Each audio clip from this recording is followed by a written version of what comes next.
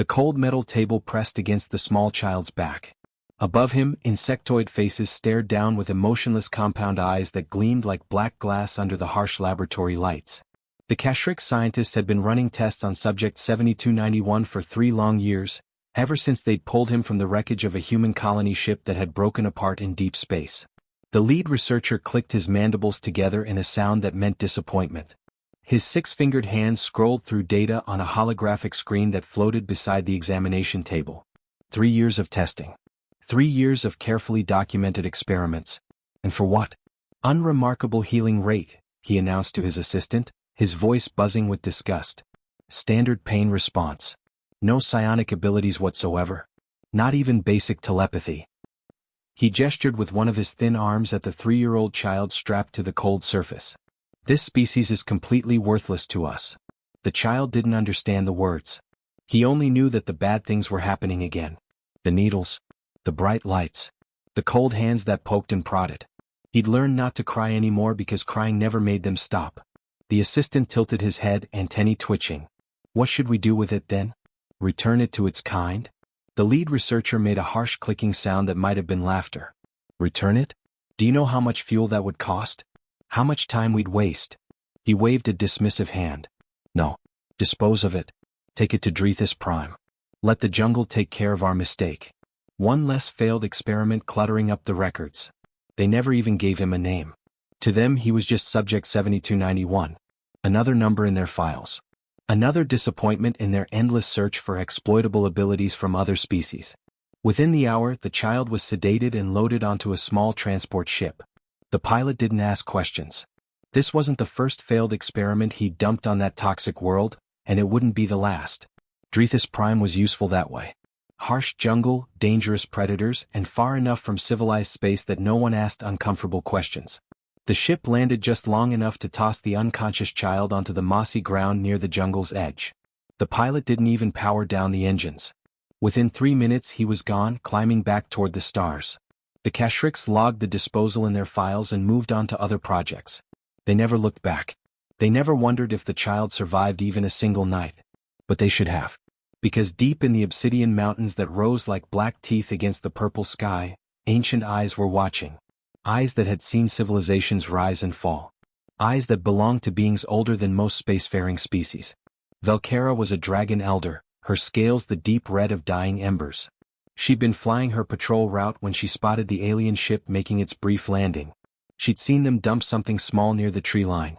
Curious, she'd circled lower, hidden by the perpetual mist that clung to the mountains.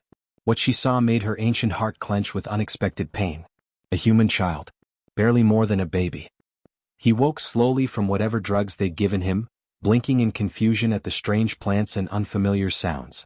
Then he started to cry. Not the angry cry of a tantrum, but the heartbroken sob of someone calling for help that wouldn't come. Mama, the child called in a small voice, using one of the few words he knew. Mama, please. Velkera watched as the child stood on unsteady legs and started walking. He didn't know where he was going. He just knew he had to move forward. Had to find someone. Anyone. She watched him stumble and fall. Watched him get back up. Watched him pick a direction and keep walking, even though every direction looked the same in the dense jungle. Night came, bringing strange sounds and glowing eyes in the darkness. The child huddled against a tree root, shivering and afraid but still alive. The next day he walked again. His small legs were covered in insect bites. Thorns had torn his thin clothing. But he kept moving forward. On the second night, fever set in from infected wounds. The child's steps became wobbly, his cries weaker. Velkera found herself following, staying just out of sight. She told herself she was simply observing. Documenting. Dragons didn't interfere in the affairs of other species anymore. That path led only to pain. But on the third day, when the child collapsed near a stream, his skin burning hot and his breathing shallow, Velkera made her decision. She spread her massive wings and descended from her watching post. The sound of her landing brought other dragons from the mountain caves. They gathered around as Velkera examined the tiny figure. An alien youngling, said one of the younger dragons, his blue scales shimmering with curiosity. From the ship we saw? They dumped him here to die, Velkera said, her voice heavy with anger. Left him like garbage. Then let nature take its course, said an older dragon. We don't involve ourselves anymore. Remember the oath. Velkera turned her great head, fixing him with eyes that had seen too much loss. "We cannot leave him to die," she said firmly. "Whatever else we are, whatever we've become, we do not abandon younglings. That is not the oath I remember." There was silence among the gathered dragons. Finally, the elder who'd objected lowered his head in acceptance. "You speak truth. What do we do with him?" They carried the child carefully to the healing caves, where warm springs bubbled up from deep in the earth. They cleaned his wounds and laid him on soft moss. The dragons had no medicine designed for humans, but they did their best with what they knew. For 2 days the fever raged. The child tossed and turned, calling for people who would never answer. The dragons took turns watching over him, this small creature who refused to die even when the universe had decided he should. On the 3rd day the fever broke. "What do we call him?" asked the young blue dragon, watching the child's eyes flutter open. Velkera thought for a long moment, sifting through the old knowledge she'd accumulated over centuries. "Jake," she said finally. In the old human tongue, it means holder of the heel. One who fights for his place in the world. The child's eyes focused on her massive face, on the scales that glowed like embers, on the kind eyes that looked at him with something the Kashrix had never shown. Recognition. Compassion. And despite everything he'd been through, despite the pain and fear and abandonment, the child smiled. It was a small smile. Weak and trembling. But it was real. Velkera felt something shift in her ancient heart. The dragons had not seen a hatching in 200 years. Their species was dying slowly, fading into history. But perhaps, she thought, watching this fragile human child smile up at her, perhaps they weren't meant to save themselves. Perhaps they were meant to save him. 12 years slipped by like water through fingers. Jake grew from a sick toddler into a lean, strong young man. The mountain caves became his home, the dragons his family. He learned to speak their ancient language before he could even remember what his own species sounded like. His first clear memory wasn't of humans at all, but of Velkera teaching him how to pronounce the dragon word for family. The dragons had not seen a hatching in 2 centuries. Their numbers had dwindled slowly, like a candle burning down to nothing. They'd accepted their fate with the quiet dignity of an ancient race. But then this small human arrived, and suddenly their caves echoed with sounds they'd forgotten. Laughter. Questions. The patter of running feet. Jake climbed cliffs that would kill most adult humans. His hands found holds in bare rock that shouldn't exist. When he fell, which happened often in the early years, he'd get back up with scraped knees and try again. The dragons watched in amazement. Their own young, when they'd had young, were cautious and methodical. This human child threw himself at challenges like they were games. He studied everything they could teach him. Dragon philosophy about honor and patience. Combat forms that took decades to master. History stretching back thousands of years. Jake absorbed it all with hungry enthusiasm, sitting cross-legged on stone floors while ancient dragons spoke of civilizations that had turned to dust. But more than anything else, Jake was undeniably human living among dragons. Where the dragons would sit in meditation for hours, Jake fidgeted after 10 minutes. Where they contemplated problems in silence, he talked through every thought out loud. Where they moved with ancient grace, he bounded with youthful energy. The contrast was sometimes jarring, sometimes amusing, but always interesting. "Why do we have to wait 3 days before making important decisions?" Jake asked when he was 9, dangling his legs off a cliff edge.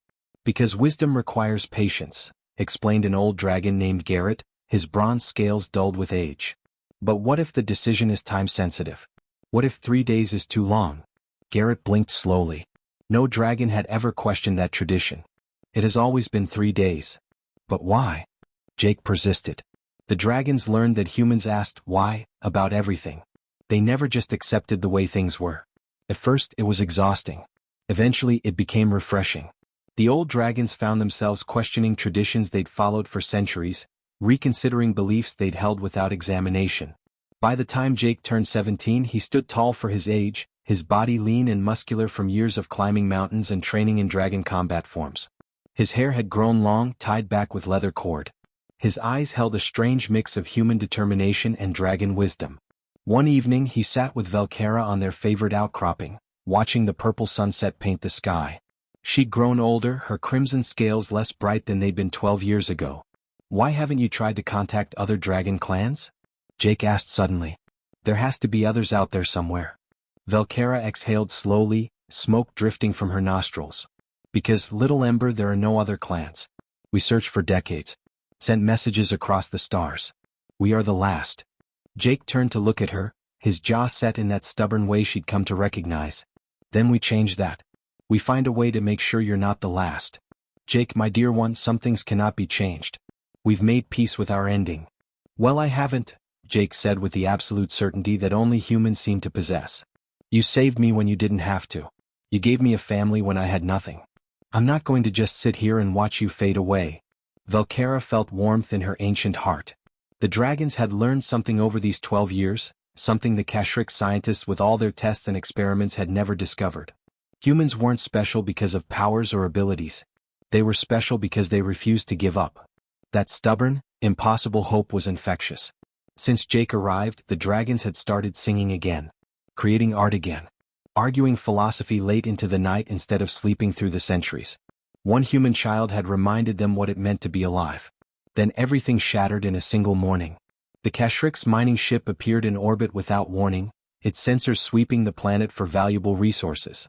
The ship's computer flagged an anomaly. A human biosignature. Undrethus Prime. Impossible. The system cross-referenced old files and found a match. Subject 7291. The failed experiment they dumped here 12 years ago. Still alive. Commander Thexlar, the Kashrik's officer in charge, saw opportunity gleaming like gold. A human surviving on one of the most hostile planets in the sector. Protected by the legendary dragons everyone thought were extinct. The science division would pay a fortune for this data. Research grants would flood in. Her career would skyrocket to heights she'd only dreamed about. She didn't care about the human. She didn't care about the dragons. She only cared about the prestige. Prepare orbital strike, she ordered. Target the mountain settlements. We'll extract the human from the rubble. The weapons charged at dawn. Jake was helping young Garrett repair a wall when the sky turned white. He looked up just in time to see the plasma beam tear through the morning air. It struck the central cave with the force of a dying star. Velkera was there, teaching younglings their history lessons in that cave. She looked up, saw the fire coming, saw Jake standing frozen in horror. With her last moment, she used her tail to shove him toward the deep tunnels. The explosion vaporized her instantly, along with 19 others. Dragons who'd survived millennia, gone in a heartbeat. Jake fell into the tunnel entrance, Velkera's final push saving his life. He rolled down stone steps, hitting his head, tasting blood. Behind him, the mountain shook. The air filled with screams and the smell of burning scales. When the dust settled, he climbed back up. The central cave was gone. Just a smoking crater remained. The dragons who'd survived gathered around it, their ancient faces showing grief they hadn't felt in centuries. Elder Garrett, his bronze scales now blackened with soot, stared at the destruction. How do we fight them? He asked, his voice hollow. We are scholars now. Philosophers. We haven't fought a war in 1,000 years. Jake stood at the crater's edge. His eyes were dry. The tears would come later in the dark when no one could see. Right now he felt something else. Something cold and sharp and very human. We don't fight them like dragons, he said quietly. We fight them like humans. The first Kashrik scout team that came down to the planet never made it back to their ship. Jake and 3 dragons ambushed them in the narrow canyon passes, hitting fast and disappearing before reinforcements could arrive. The dragons wanted to destroy everything, but Jake had other plans. We need their equipment, he told them, standing over the wreckage of the scout vehicle. Their computers, their communication systems, everything. Elder Garrett looked skeptical. His bronze scales were still stained with ash from the attack that killed Velkera. What good are their machines to us? Jake's smile was cold. You'll see. They dragged the equipment back to the deep caves, the ones the Kashriks hadn't found yet. While the dragons took turns flying patrol and launching quick strikes against enemy positions, Jake locked himself in a chamber with the captured technology. He'd never used Kashrik systems before, but he'd watched them for 3 years as a child. Watched them input commands. Watched their fingers move across holographic keyboards. The memories were hazy and painful, but they were there. More importantly, he had something the Kashriks didn't expect. Human adaptability. Human stubbornness. The refusal to quit even when something seemed impossible. It took him 6 days to crack their security. 6 days of barely eating or sleeping. 6 days of trial and error while explosions echoed through the mountains outside. His fingers bled from typing on interfaces designed for insect-like claws. His eyes burned from staring at alien symbols. But on the 7th day he was in. The Kashrik's network opened before him like a book written in blood. Jake spent another week just reading. Absorbing. understanding the full scope of what he'd discovered. The experiments on him had been nothing. Just a small footnote in decades of atrocities. The Kashrix had taken specimens from hundreds of species. They'd destroyed colonies. Murdered children. All in the name of scientific advancement. And they'd gotten away with it because the Galactic Council looked the other way. Politicians had been paid off. Records had been buried. Witnesses had disappeared. Jake's hands shook as he read file after file. But the shaking wasn't from fear anymore. It was from rage. 3 weeks after Velkara's death, Jake unleashed hell across the galaxy. Every Kashrix crime flooded open communication channels. Every experiment. Every murder. Every species they'd tortured. He didn't just leak the information. He made it impossible to ignore. He sent it to news networks, to political opponents of those who'd been bribed, to the families of victims. He attached names, dates, and locations. Financial records showing exactly who had profited from looking away. Video evidence that made it impossible to deny. The Galactic Council woke up to a scandal they couldn't bury. Protests erupted on a dozen worlds. Species that had lost members to Kashrix experiments demanded justice. Politicians who'd taken bribes scrambled to cover their tracks. But Jake had already exposed everything. The Kashrix tried to shut down the leaks, but Jake had learned their systems too well. Every firewall they built, he tore down. Every patch they installed, he found a way around. He was one human with captured equipment, and he was making an entire interstellar organization look like fools. But he knew information alone wouldn't save the dragons. The Kashrix had ships, weapons, and soldiers on the ground. They were here for revenge now, not just research. Jake started teaching the dragons how to fight dirty. It went against everything they believed in. Dragons were creatures of honor. They faced enemies head-on. They gave warnings before attacking. They followed ancient codes of combat that were older than most civilizations. Jake taught them to forget all of that. He showed them how to set traps. How to make false trails that led enemies into dead ends. How to sabotage supply lines and communication towers. How to hit fast and run before the enemy could respond. How to make the Kashrix paranoid and afraid. Elder Garrett hated it. After they rigged captured Kashrix mines along a supply route, watching from hiding as an enemy convoy was destroyed, he pulled Jake aside. "This isn't how warriors fight," the old dragon said, disgust clear in his voice. "This is cowardly. Dishonorable." Jake met his eyes without flinching. "No," he agreed quietly. "It's how survivors fight. And that's what we are now. You can be honorable or you can be alive. Right now we don't get to be both." Garrett wanted to argue, but he couldn't. Because Jake was right. The honorable dragons who'd fought in the open on the first day were dead. The ones who'd adapted were still breathing. Late one night, while searching through more Kashrix files, Jake found something that made his heart stop. Coordinates. The last known location of the human colony fleet. His people. The ship he'd been taken from as a baby. They'd tracked it all those years ago and then forgotten about it, moving on to other targets. His hands trembled as he activated the communication system. He had no idea if any humans were still out there. The fleet could have been destroyed. Could have scattered. Could have disappeared into the vastness of space. But he had to try. Jake recorded a message in every human language he could find in the database. English, Spanish, Mandarin, Arabic, Hindi. Languages he didn't speak but read phonetically from the computer. "This is Jake. I was taken as an infant from the ship Shepherd's Path. The Kashrix captured me. Experimented on me for 3 years. Then they threw me away on a toxic planet to die. But I survived. The dragons saved me. Raised me. And now the Kashrix are trying to kill us all. If any humans are out there, if anyone can hear this, I need you. We all do. We're on Drethus Prime. Please. I don't want to be the last human the dragons ever meet." He broadcast it on every frequency he could access. Sent it toward the coordinates from the file. Shot it out into the void like a message in a bottle, expecting nothing but silence. Jake went back to the war. Days blurred together. More ambushes. More sabotage. More Kashrix bodies. The dragons were learning. Getting better at fighting like humans. And the Kashrix were getting frustrated, making mistakes. 4 months passed. Then, one quiet evening when Jake was checking communication systems out of habit more than hope, a message came through. A human voice. Female. Older. Shaking with emotion. "Jake? My God, Jake. This is Captain Beth Crane. I was the navigator on Shepherd's Path. I escaped in a different pod when the ship was attacked. I've been alone out here for 20 years working cargo runs, thinking I was the only one left." Her voice cracked with tears. "You're not alone anymore, kid. And I'm bringing help. We're coming for you. Just hold on a little longer. Jake sat in the darkness of the cave, listening to another human voice for the first time in 17 years, and finally let himself cry. The wandering star tore out of hyperspace like a wounded animal, its hull covered in patches and repairs. It was a cargo hauler that had seen better days, held together by welding scars and pure stubbornness. On the bridge, Captain Beth Crane gripped the railing with white knuckles, staring at the planet below. She wasn't alone. 7 other humans crowded the small bridge. Tom, a mechanic with grease permanently under his fingernails, who'd been fixing alien ships for 15 years. Lisa, a medic who'd learned to treat species she'd never seen before. Ryan and Kate, married traders who'd found each other in the loneliness of space. And 3 others, each with their own story of survival after the colony ship fell apart. Is that him? Tom asked, pointing at the view screen.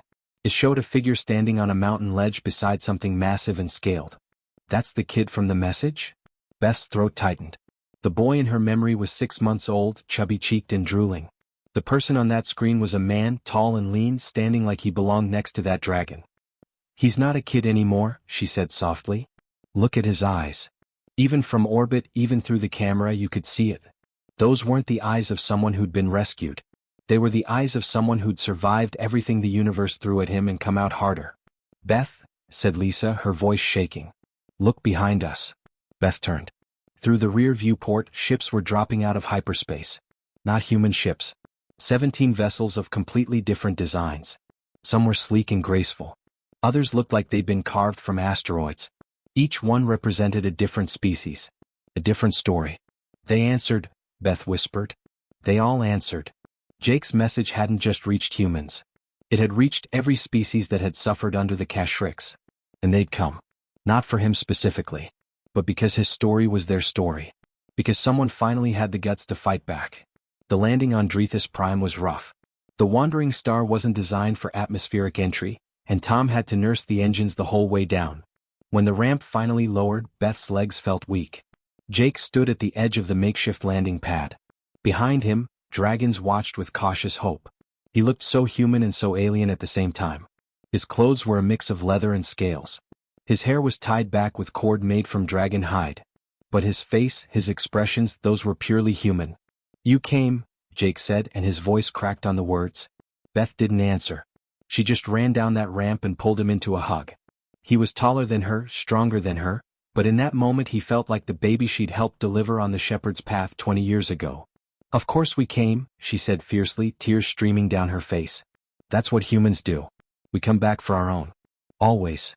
Tom and the others piled on, and for a few minutes, it was just humans holding each other and crying. Elder Garrett watched with confusion. Dragons didn't show emotion like this. But Jake had taught him that humans felt everything intensely, and shared that feeling with everyone around them. The reunion was cut short by alarms blaring from the ships. The Kashrix were coming. 3 battle fleets dropped out of hyperspace the next morning. Massive warships bristling with weapons. Troop carriers full of soldiers. This wasn't a mining operation anymore. This was extermination. The Kashrix wanted to erase their embarrassment, destroy the evidence, and make sure no one ever defied them again. The Kashrix commander opened a channel, expecting to negotiate surrender. Instead, he saw chaos on his tactical display. 17 species, each fighting completely differently. The dragons dove from above with devastating fire, their scales shrugging off weapons that would destroy normal ships. The humans zipped between larger vessels and small fighters, too fast and unpredictable to target effectively. A species of crystalline beings emitted frequencies that jammed every Kashrix sensor, turning their advanced targeting systems into useless junk. Amphibious warriors who could survive in vacuum for short periods, launched themselves from boarding pods and entered Kashrix ships through waste disposal ports. Places no one thought to guard. They moved through the ships like water, sabotaging systems and disappearing before security arrived. A species that looked like living rocks simply rammed into Kashrix vessels, their dense bodies punching holes through hulls. Jake coordinated it all from a command center in the caves. Beth stood beside him, amazed at how naturally he led. He spoke in dragon tongue to Elder Garrett, switched to English for Tom's fighter squadron, then used a translator device to communicate with the crystalline beings. He'd never commanded anyone before, but he understood something crucial. These species didn't need to work together smoothly. They just needed to be pointed in the same direction. The Kashrix tried to adapt. Their rigid military training, their careful hierarchies, their by-the-book tactics. None of it worked against 17 species who didn't follow any book. Every time they predicted a pattern, it changed. Every time they reinforced a position, the attack came from somewhere else. Their formation broke. Ships collided trying to avoid dragon fire while also dodging human fighters. Their communication channels filled with panicked voices. The species who'd terrorized others for decades suddenly understood what fear felt like. The Kashrik's commander tried to retreat. His ships turned to flee. Then they hit the mines. Jake had spent weeks learning their patterns, predicting their responses. He'd mined every logical escape route. Explosions lit up space like dying stars. The commander, desperate now, opened every channel. "We surrender. Cease fire. We surrender." Jake's voice came back, cold and clear. Every ship heard it. Every species.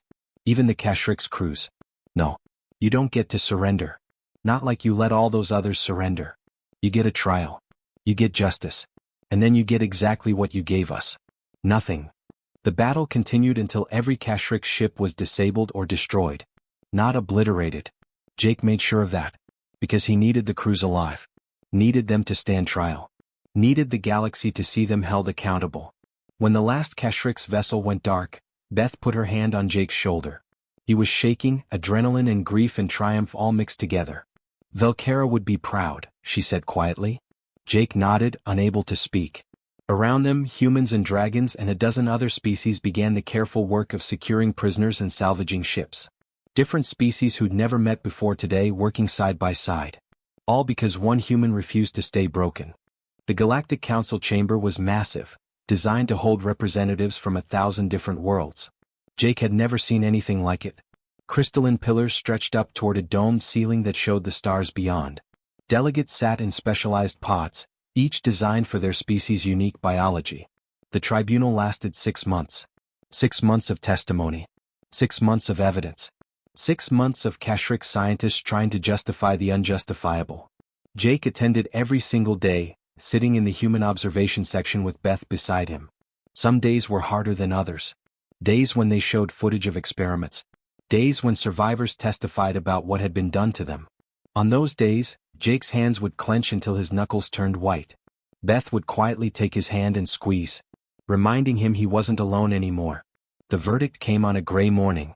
The Council Prime, a being that looked like living water contained in a transparent shell, read the judgment in a voice that echoed through every translator in the chamber. The Kashrik's collective was dismantled. Their research divisions permanently dissolved. Their leadership would face imprisonment. Reparations were ordered for hundreds of wrong species. It wasn't enough. Nothing could ever be enough. But it was something. On the final day, the Council Prime made an announcement. "The human wishes to speak." Jake stood up, his legs shaky. He'd faced Kashrik's battle fleets without trembling, but this was different. He walked to the central platform, flanked by Elder Garrett on one side and Captain Beth Crane on the other. A human and a dragon standing together before the galaxy. The chamber fell silent. 1,000 different species all watching him. Jake took a breath. "I was 6 months old when they took me," he began, his voice carrying through the translators. "I don't remember my birth parents. I don't remember Earth or what it felt like to be held by human hands. Those memories are gone forever, stolen by the Kashriks." He paused, looking around at the assembled delegates. "But I remember other things. I remember Velkera, the dragon who found me dying in a jungle and decided I was worth saving. I remember learning to speak in a language humans were never meant to know. I remember Tom teaching me how to fix engines with my 2 small human hands. I remember Lisa showing me human medicine, teaching me about my own species like I was meeting them for the first time." His voice grew stronger. "The Kashriks wanted to know what made each of us special. What powers we had. What abilities they could exploit. They ran their tests and found nothing, so they threw me away like garbage. But they missed the point entirely." Jake looked directly at the Kashrik's delegation, the few representatives who remained. "We're not special because of powers. We're not special because of abilities. We're special because of something you'll never understand. We're special when we stand together.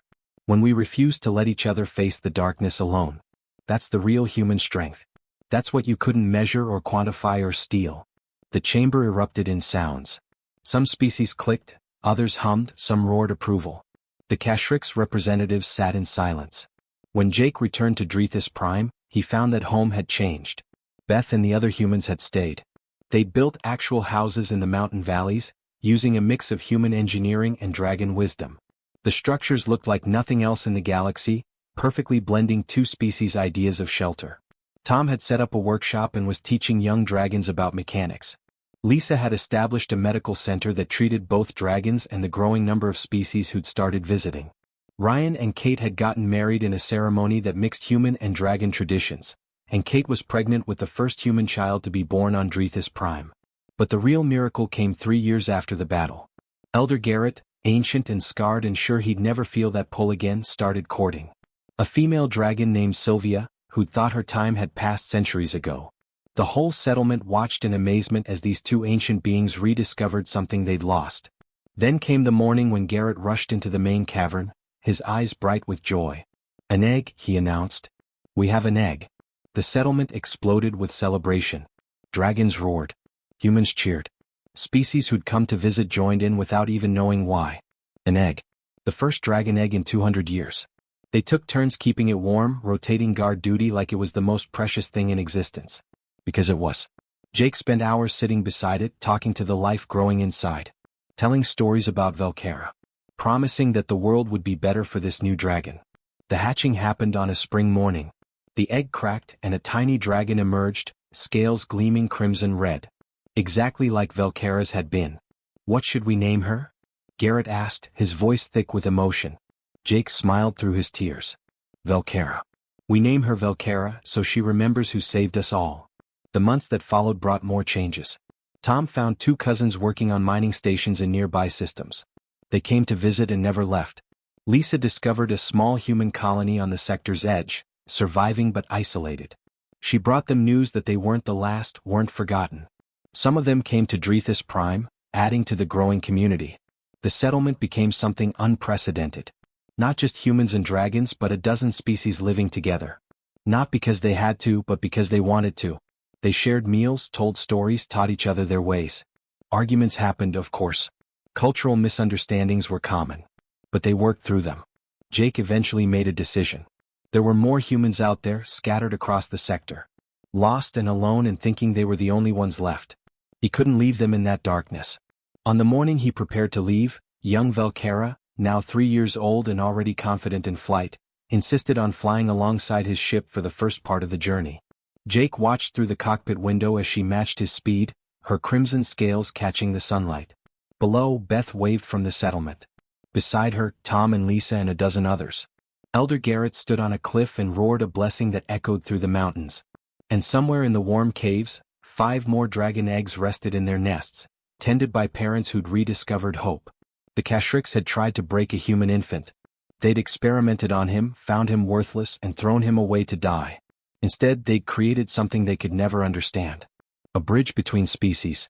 A reminder that family isn't about blood or biology. It's about who stays when the darkness comes. Who fights beside you. Who refuses to let you face the universe alone. The ember they tried to snuff out had become an inferno. And it would never, ever go out.